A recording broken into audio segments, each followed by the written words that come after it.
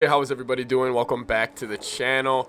Big news, the Minnesota Vikings, we just extended our right tackle, Brian O'Neill. He got a 5-year, $92 million extension.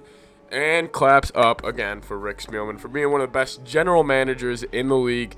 And he's been fantastic this offseason. I could really dive into that. But good for Brian O'Neill, 5 years, $92 million, which is a great signing.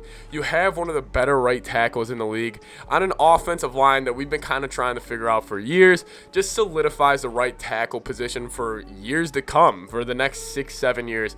Great signing by the Vikes. They did make him the second highest right tackle. I believe the Ryan Ramczyk on the New Orleans Saints. Could be wrong about that, but he is the second highest paid right tackle in the league. And I kind of like this. You get it done early because I really think with what Trent Williams had, his contract that he signed this offseason, the 5 years, I think it was $38 million. I think there's a chance that could become the standard for offensive linemen with the cap space going up. I know the left tackle is normally more important than the right tackle because it is the blind side. Shout out to one of the greatest movies of all time.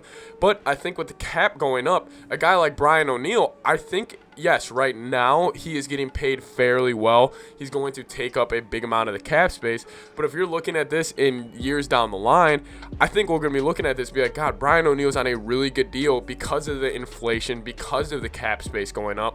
I just think this was Rick Spielman getting out in ahead, and plus momentum.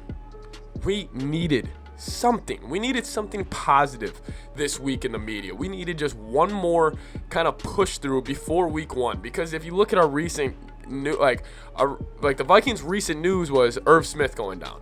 That was kind of the latest big thing that kind of happened with the Vikings, and plus with the vaccine thing, it was just a lot of negativity going around. But they extended Harrison Smith, extended Brian O'Neill. We got a right tackle for the future all locked up, and he has a big matchup in week 1. If you guys don't know, the Bengals did bring in Trey Hendrickson from the New Orleans Saints. He's number 91. He's a guy that wore the long sleeves, a crazy white guy. He's got an insanely high motor, and he normally lines up where Danielle Hunter lines up. He's normally the right defensive end. Normally they throw him around. At least that's what they did in New Orleans.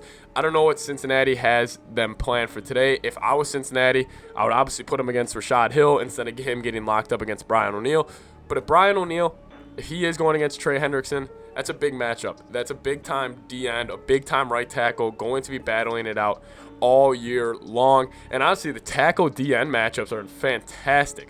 I'm assuming it's going to be Danielle Hunter absolutely destroying Riley Reif on Sunday, so that's something to look out for. But on a real note, personal note, non-football note, good for Brian O'Neill. He's a great guy, great locker room guy. He is everything you would want in a football player. He's got tenacity, high motor, he's well spoken, he's just everything about the Vikings, and he's going to be a guy we really, I think, when we think about like our Vikings, I think his name doesn't really have the same impact as, him on the wall right here, or even Harrison Smith, Eric Kendricks, Danielle Hunter. I think Brian O'Neill, we're going to be watching him for the next couple of years. He's going to be a household name really quickly. Shout out to him. We needed this. Way to get the deal done. Shout out Rick Spielman, having an amazing off season.